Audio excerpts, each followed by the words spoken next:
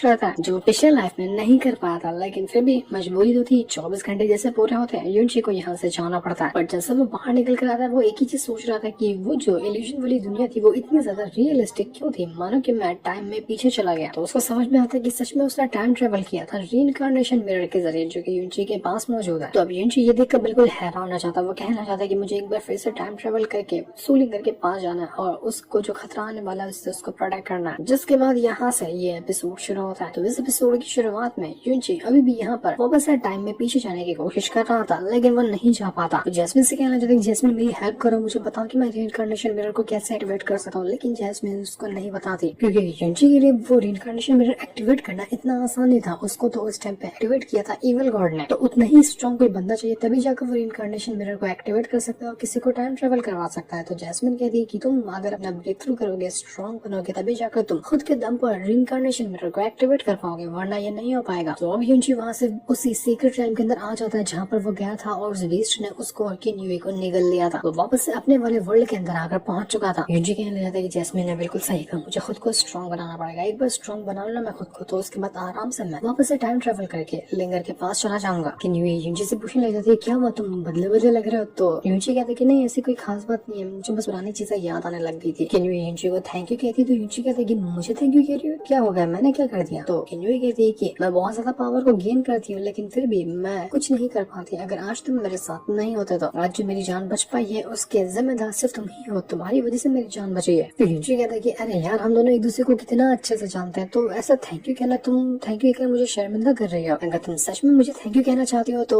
एक काम करो, मेरे लिए एक बहुत प्यारी वाली स्माइल दे दो, मुझे एकदम प्यार से हंस कर दिखाओ, मैं मान लूंगा कि तुम मुझे थैंक यू कहना चाहती हो। तो किन्युई यहाँ पर युनची को एक पल के लिए हंस कर दिखाती है, उसके बाद वहाँ से जाने लग गई थी। युनची खुशी हो रहा था कि तब तक किन्युई वहाँ से चली जाती है। युनची उससे कहता है कि किन्युई मुझे एक सवाल का जवाब दो कि आखिर तुम हमेशा पावर के पीछे क्यों जाती हो। तुमने मुझे भी छोड़ दिया था सिर्फ इसलिए कि तुम्हें खुद को स्ट्रॉन्ग बनाना है, ब्रेक थ्रू करना है, और इसी चीज को कहने के बाद तुमने मुझे छोड़ दिया और मुझे छोड़कर चली गई। तो इतनी ज्यादा पावर तुम्हें क्यों चाहिए। तो किन्युई कहना चाहती कि मुझे पावर चाहिए इसलिए ताकि मैं अपनी फैमिली को वापस से यूनाइट कर सकूं। मुझे मेरी फैमिली की खातिर खुद को स्ट्रॉन्ग बनाना है और फैमिली से ऊपर मेरे लिए कुछ भी नहीं है। तो युनची कहते हैं कि क्या जिस फैमिली की तुम बात कर रही हो उस फैमिली के अंदर मेरे जैसा भी कोई दूसरा इंसान मौजूद है क्या। मतलब वो ये पूछना चाहते कि क्या किन्युई किसी और से प्यार करती है, लेकिन किन्युई इस सवाल का जवाब नहीं देती। बस वो उसे इतना कहती है कि एक दिन वो ऐसा आएगा जब मैं चले जाऊंगी यहाँ से दूर, बहुत दूर, जहाँ पर कोई भी मुझे नहीं ढूंढ पाएगा और शायद मैं वहाँ से कभी भी लौट कर नहीं आ पाऊंगी, लेकिन जहाँ भी जाऊंगी तुमसे इतना कहना चाहते कि तुम मुझे हमेशा याद रहोगे। तुम्हें हमेशा याद करूंगी मैं जितना कि तुमने मेरे लिए किया है। तभी ये जो सीक्रेट गन था वो टूटने फूटने लग जाता है क्योंकि ये जगह अब खत्म हो रही थी। तो सभी को यहाँ से बाहर निकलना था। देखते ही देखते वो जो पोर्टल था वो एक्टिवेट होने लग जाता है और ऐसा लगा था कि सभी को वो खींच कर बाहर निकाल देगा। जितने भी लोग थे वो सभी बाहर आना शुरू हो जाता है। सारे लोग तो बाहर आ रहे थे। वो जो लान होती है वो यहाँ पर ढूंढ रही थी युनची को कि युनची कहाँ चला गया, लेकिन युनची उसको कहीं नजर नहीं आता। वो यहाँ पर कहने लग जाती है अपने मास्टर से कि मास्टर आपने युनची को देखा, वो अभी तक के बाहर क्यों नहीं आया, सारे के सारे लोग तो बाहर आ चुके हैं। तो मास्टर बताते कि अचानक से ही सीक्रेट रूम के अंदर बहुत बड़ा धमाका हो गया और वो जगह टूटने लग गई। मैं नहीं जानता कि युनची अभी तक के बाहर क्यों नहीं आया। मुझे तो डर इस बात का है कि कहीं वो इस धमाके के बीच में ना फंस गया। तो ये देख कर तो ज़रूर काफी ज्यादा टेंशन में आ जाती। बाकी सभी भी टेंशन में आ चुके थे क्या हो रहा है यहाँ पर, अभी तक युनची बाहर क्यों नहीं आया। युनची और किन्युई दोनों बाहर नहीं आए, बाकी सारे के सारे लोग बाहर आकर पहुंच चुके थे। सभी कहना चाहते कि हमें कुछ अच्छी वाली फीलिंग नहीं आ रही है, ऐसा लग रहा है कि कुछ तो कुछ यहाँ पर गड़बड़ हो रही है। जूशियन और उसके सेक्ट वाले भी वहाँ पर मौजूद थे। वो अभी भी यहाँ पर कह रहे थे कि सीक्रेट रैंक के अंदर से बाहर आ चुके हैं और यहाँ पर बाकी सारे के सारे सेक्ट वाले लोग मौजूद है, तो इसलिए अभी कुछ करना ठीक नहीं होगा। हम पहले देखते हैं कि सिचुएशन अभी यहाँ पर कैसी है और अगर वापस से हमें मौका मिलता था तो उस टाइम जाकर हम युनची को जान से मार डालेंगे। युनची तो बचेगा नहीं, वो मरेगा हमारे ही हाथों। सारे के सारे लोग अभी भी युनची के आने का इंतजार कर रहे थे और उनका इंतजार खत्म होता है क्योंकि सच में युनची और किन्युई दोनों उस पोर्टल के अंदर से बाहर निकल कर आ चुके थे। मुझे धमाका हुआ किसी ने भी उनका कुछ बिगाड़ नहीं पाया और ये सही सलामत बाहर आ चुके थे। ज़रूर तो यहाँ पर युनची को देखकर काफी ज्यादा खुशी आती है और उसको देखते साथ ही वो उसकी तरफ भागने लग गई थी कि युनची तुम आ गए।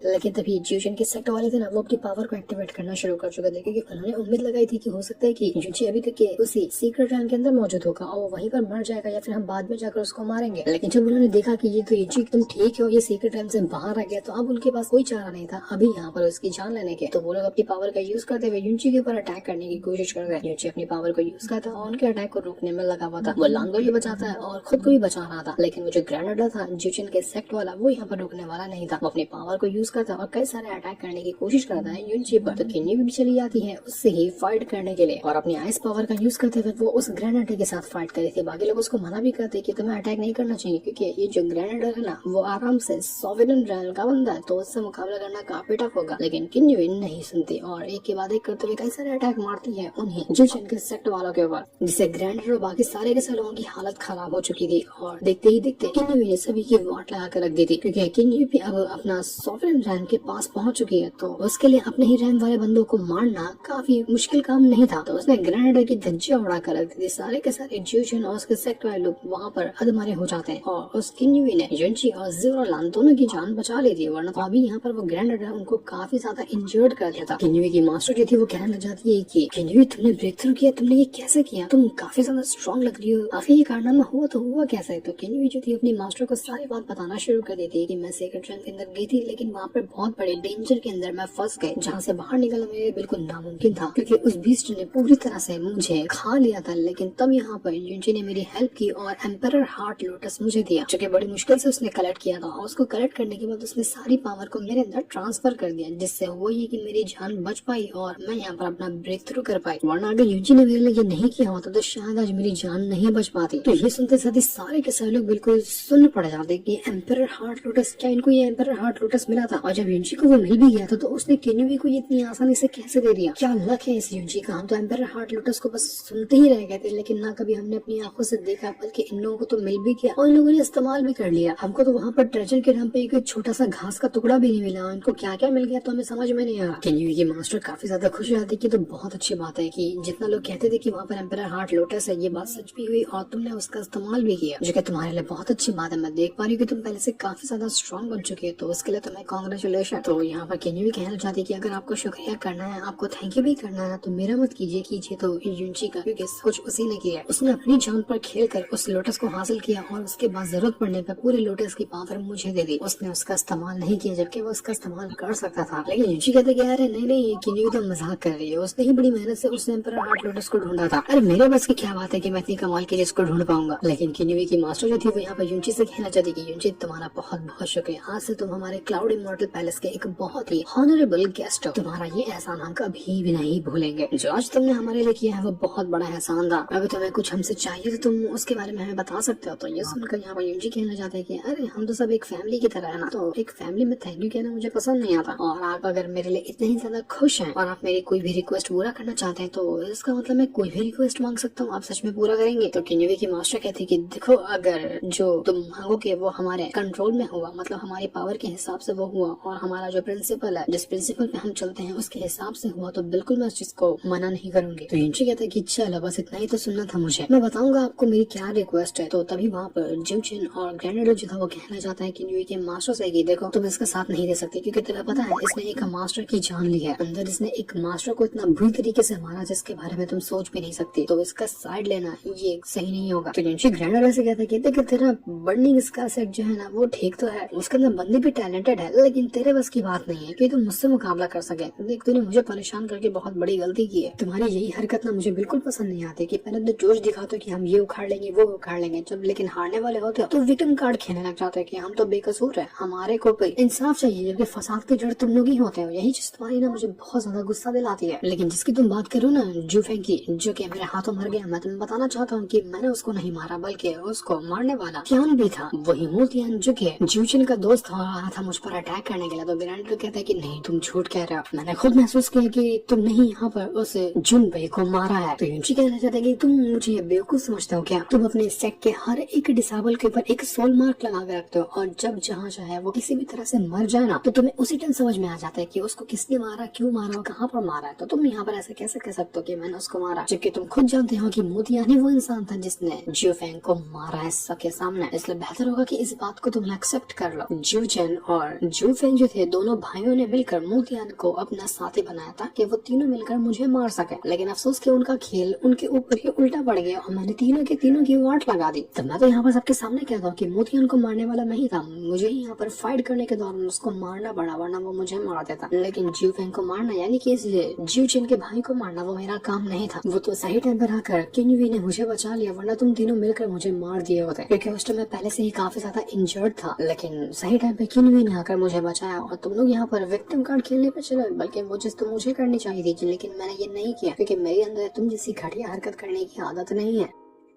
तो यूजर उनका बाकी सारे सेट के लोग बिल्कुल हैरान रह जाते हैं कि आखिर बर्निंग स्काई सेट ऐसी कैसी हरकत कर सकता है। मास्टर जो थे वो किन्युई से कहना चाहते कि किन्युई, जैसे कि यूची ने कहा कि तुमने उसको बचाया था, तुम मुझे एग्जैक्टली बताओगे कि वहाँ पर क्या हो रहा था, क्या जो भी बात यहाँ पर यूची ने कही वो सही थी, कि सच में वो तीनों उसके ऊपर अटैक करने वाले थे, हम तुमसे पूछना चाहते हैं। तो ये सुनने के बाद किन्युई जो थी वो कहने लग जाती है कि बिल्कुल सही, यूची ने जो बात कही वो बिल्कुल 100% सच है, मैंने खुद अपनी आंखों से देखा है कि जू फेंग मारा गया था, वो भी मोतियान के हाथों। तो ये सुनने के बाद बाकी जितने भी सेट के मास्टर वगैरह थे कहना चाहते हैं उस बर्निंग स्काई सेट के ग्रेनेडर से कि अब बताओ कि तुम्हें यहाँ पर क्या कहना है, तुम्हारा झूठ तो सबके सामने पकड़ा गया और झूठ तुम नहीं कह सकते। तो जियोजिन यहाँ पर युंजी से कहना चाहते हैं कि युंजी ठीक है कोई बात नहीं, इस बार तो बच गया, लेकिन देख लेना खून का बदला खून से लिया जाएगा, जैसे तूने मेरे भाई को मारा है ना उसी तरह से मैं तेरी जान लूंगा और तुझे जान से मार कर ही रहूंगा, जितना टाइम तक जिंदा रहना है रह ले, क्योंकि तेरा अंत तो मेरे ही हाथों लिखा हुआ है। तो बाकी मास्टर जो थे वो कहना चाहते हैं कि देखो तुम्हारी पर्सनल दुश्मनी क्या है, हमें उससे फर्क नहीं पड़ता, तुम्हें जो करना है अपनी पर्सनल दुश्मनी के हिसाब से बाहर जाकर करना, लेकिन ये इलाका सीक्रेट रैम का है, सीक्रेट रैम के ऊपर हमारा कंट्रोल है, हमारे इलाके के अंदर आकर कुछ भी कोई गलत करने की कोशिश करेगा तो उसको इंसाफ दिलाना हमारी जिम्मेदारी है। तो मैं तुम्हें आखिरी वार्निंग दे रहा हूँ कि चुपचाप से यहाँ से निकल जाओ, वरना अगर तुमने कुछ भी करने की कोशिश की तो हम तुम्हें नहीं छोड़ेंगे। इसके बाद वो मास्टर बाकी मास्टर से कहना चाहते कि देखो जो काम बचा हुआ है ना, हमें अभी इसको पूरा करना चाहिए, जिस डीमन को हम सील करने के लिए आए हुए थे हमें पहले अब उसको पूरा करना चाहिए, क्योंकि कल सुबह ही मैं जाने वाला हूँ। तो बाकी मास्टर कहते हैं ठीक है, हमने उसकी तैयारी कर दी है, उसको शुरू किया जाता है। किन्युई की मास्टर जो थी वो कहना चाहती कि देखो किन्युई आज ना एक डीमन सीलिंग सेरेमनी होने वाली है, मतलब एक डीमन है उसको सील किया जाएगा, ये एक लाइफ टाइम इवेंट होता है जो कि एक कल्टिवेटर को एक बार देखने का मौका मिलता है, तो तुम हमारे साथ चलो। तो किन्युई भी उसके साथ जाने के लिए तैयार हो जाती है। जोरो लान जो थी वो युंची से कहती है कि युंची तुमने पूरे स्काई बर्निंग सेट को अपना दुश्मन बनाकर रख लिया है, तो मुझे तो तुम्हारी बहुत ज्यादा टेंशन हो रही है, कहीं उन लोगों ने तुम्हें अकेला पाकर कुछ करने की कोशिश की तो ये बिल्कुल भी सही नहीं होगा। तो युंची कहता है कि तुम्हें उसकी फिक्र करने की जरूरत नहीं, मैंने अपना पहले से प्लान तैयार करके रखा हुआ है कि अगर कभी भी वो मुझ पर अटैक करने आता है ना तो मैं उनको नहीं छोड़ूंगा, तो मेरे लिए बिल्कुल भी टेंशन मत लेना। पहले अभी हमें जाना चाहिए इस डीमन सीलिंग सेरेमनी के अंदर, क्योंकि मैंने भी इसका नाम पहली बार सुना और देखना मैं चाहता हूँ कि आखिर इसके अंदर होता क्या है। तो चलो एक काम करते हैं और चलते हैं वहाँ पर। ये डीमन सीलिंग सेरेमनी हो जाएगी ना तो इसके बाद मैं खुद तुम्हें ले जाऊंगा तुम्हारी सिटी के अंदर और वहाँ पर जाकर हम एक साथ काफी सारा टाइम बिताएंगे। तो ये सुनकर जोरो लान जो थी वो काफी ज्यादा खुश हो जाती है और कहना चाहती है कि ठीक है जैसा तुम कहो। युची कहता है कि मैं तुम्हें उसके बाद ना अपने ग्रैंडफादर से भी और अपनी जो आंटी है ना उनसे भी मिलवाने ले जाऊंगा, तुम उनसे मिलकर बहुत ज्यादा खुश हो जाओगी क्योंकि वो लोग बहुत अच्छे हैं और उम्मीद करता हूँ कि वो तुम्हें पसंद आएंगे। तो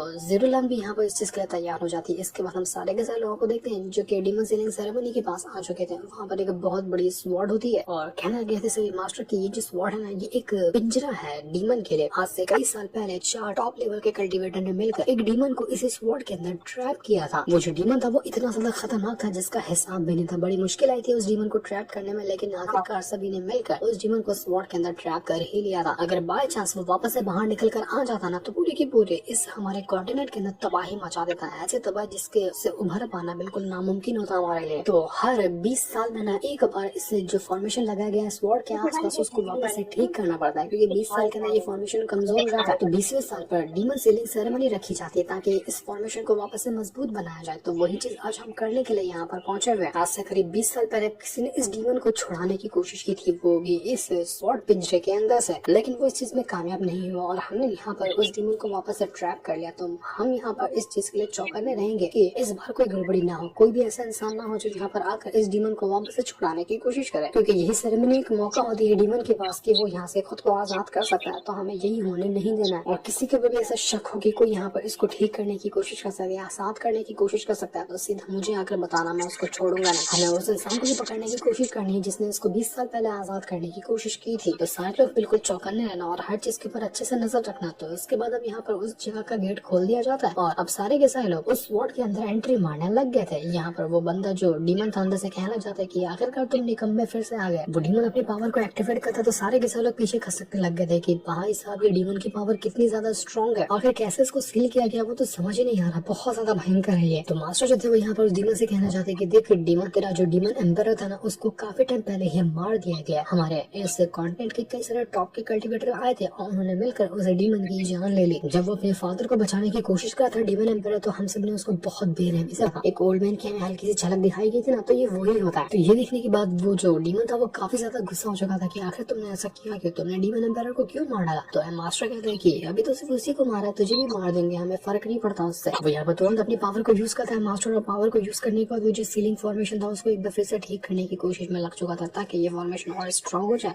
और बिल्कुल भी चांस ना हो उस डीमन के पास यहाँ से कभी भी बाहर निकलने का। तो इसके बाद यहाँ पर मास्टर जो था वो उस डीमन से कहना चाहता है कि देख, मुझे एक कमाल की न्यूज और मिली है जो मैं तुझे बताना चाहता हूँ कि तेरा बेटा और तेरी जो बहू थी ना, वो कोशिश की थी तुझे बचाने की, वो भी कुछ ही टाइम पहले, लेकिन हमने क्या किया, हमने उनको इतना बुरी तरीके से मारा कि वो लोग शायद अब तक मर भी चुके होंगे, कोई कोने में जाकर उनकी लाश पड़ी होगी, उसकी भी मैं गारंटी नहीं ले सकता। तो तेरे लिए ये गुड न्यूज थी ना। तो ये सुनकर वो जो डीमन था वो काफी ज्यादा गुस्सा हो जाता है कि मैं तुम लोगों को नहीं छोड़ूंगा। मास्टर उसका खूब मजाक उड़ा रहा था कि बेटा तू तो अब गया, तेरा हर जान पहचान वाला अब टपक चुका है, तेरी भी बारी बहुत जल्दी आने वाली है, तेरे पूरे फैमिली वालों को एक एक करके मारा जाएगा ताकि तुझे दर्द का एहसास कराया जा सके। वो डीमन काफी ज्यादा गुस्से में होता है, मन तो कर रहा था उसका कि सब कुछ तोड़ ताड़ कर वो बाहर निकल कर आ जाए। वो कहता है कि तुमने मेरे बेटे के साथ आखिर क्या किया, मैं तुझे छोड़ूंगा नहीं। यहाँ पर वो मास्टर और ज्यादा उसको गुस्सा दिलाते हुए कहता है कि शायद ना तेरी जो बहू है उसको बेटा भी होने वाला था, शायद कोई बच्चा था उसके बाद, तो मेरे ख्याल में वो भी मर चुका होगा, सारे के सारे लोग मर चुके हैं, तो अब तो यहाँ पर सुकून से इस पिंजरे के अंदर रह सकता है बस तड़पते हुए। तुझे तड़पना हुआ देख कर हमें बहुत खुशी महसूस हो रही। तो डीमन बहुत ज्यादा गुस्से में था, तो पूरी कोशिश करता है, चिल्लम चिल्ली करता है कि मैं वो यहाँ से बाहर निकल सके, लेकिन फिर भी वो बाहर नहीं निकल पा रहा था क्योंकि वो पिंजरे के अंदर कैद था। वो कैसे अटैक करने की कोशिश करता है मास्टर के ऊपर, लेकिन फिर भी कोई फायदा नहीं हो रहा था। उसके अटैक की वजह से बाहर भी धमाका होने लग जाता, लेकिन बाकी मास्टर कहते हैं कि घबराने की जरूरत नहीं है, ये जो डीमन है ना अभी भी फॉर्मेशन के अंदर ट्रैप है, तो वो यहाँ से बाहर नहीं निकल पाएगा, तो किसी को डरने की जरूरत नहीं, वो हमारा कुछ बिगाड़ नहीं सकता। तो अब वो मास्टर जो था वो अपनी पावर को यूज करता है और वो जो सीलिंग फॉर्मेशन था जिसके अंदर ये डीमन ट्रैप था वो उसको और ज्यादा स्ट्रॉन्ग बनाने में लग गया था। उसने पहले उसका मजाक उड़ाया, उसको गुस्सा दिलाया, और अब वहाँ पर वो उसको वापस से हमेशा के लिए ट्रैप कर रहा था। डीमन कहता है कि मैं तुम सबको मार डालूंगा, तुम में से मैं किसी को भी नहीं छोड़ने वाला हूँ, सब के सब मरोगे, जो तुमने हरकत की है ना, मैं एक एक को चुन चुन कर मारूंगा, वो दिन बहुत जल्दी आएगा। लेकिन फिर यही बेचारा तो कुछ कर नहीं पा रहा था, उसको ट्रैप करके रखा गया था, लेकिन तभी वो कोशिश जैसे करता ना, उसका एक हाथ बाहर निकल कर आ चुका था। वो सीधा अटैक देकर मार देता है वहाँ जितने भी लोग मौजूद थे उनके ऊपर। वो लोग अपनी पावर का यूज करते हुए अपने आप को बचाने की कोशिश करते हैं, लेकिन फिर भी कुछ खास फायदा होता नहीं। लेकिन तभी हम देख पाते हैं कि वो जो जीरोलान का भाई युनबा है ना, उसको उस डीमन ने अंदर घसीट लिया है, मतलब ऑरा की वजह से युनबा सीधा अंदर जाकर घुस गया था। यूची जल्दी से उसके पीछे जाता ताकि वो युनबा को बचा सके, और उसके पीछे जाते जाते वो कूद चुका था और उसको पकड़ते साथ ही वो सीधा अंदर जाकर घुस जाता है। युनबा और युनची दोनों उस जगह के अंदर आकर पहुंच गए थे। यहाँ पर तो युवानबा बिल्कुल फंस नहीं वाला था कि तभी युनची अपने इविल गॉड की पावर को एक्टिवेट करता है, उसके जरिए वो सीधा बाहर फेंक देता है युवानबा को।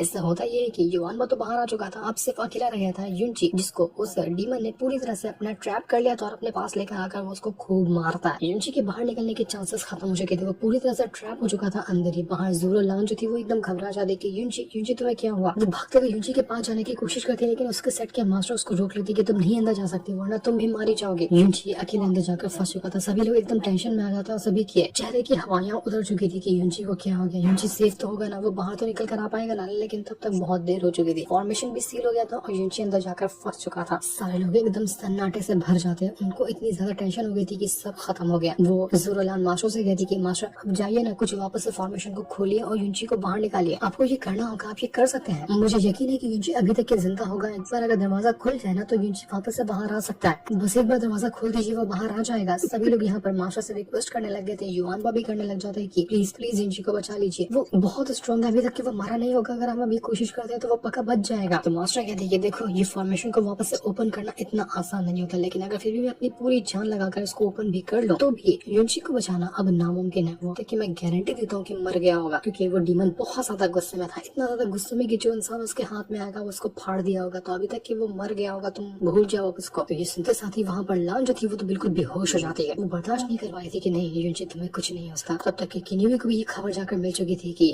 युनची मर चुका है। ये सुनते साथ ही किन्युई एकदम घबरा जाती कि नहीं पागल हो गया, ये क्या बोल रही हो, तो युनची नहीं मर सकता, तुमको गलत खबर मिली। वो भाग कर जाती युनची को देखने के लिए, लेकिन वो भी उस सदमे से वहीं पर बेहोश हो चुकी थी, उसको भी सदमा ये बर्दाश्त नहीं हुआ कि नहीं युनची नहीं मर सकता। लेकिन क्या सच में युनची मर गया या अभी भी कोई चांस होगा उसके पास कि वो वापस से उस जगह के अंदर से बाहर निकल कर आ सकता है, ये चीज तो हमें नेक्स्ट एपिसोड के अंदर पता चले।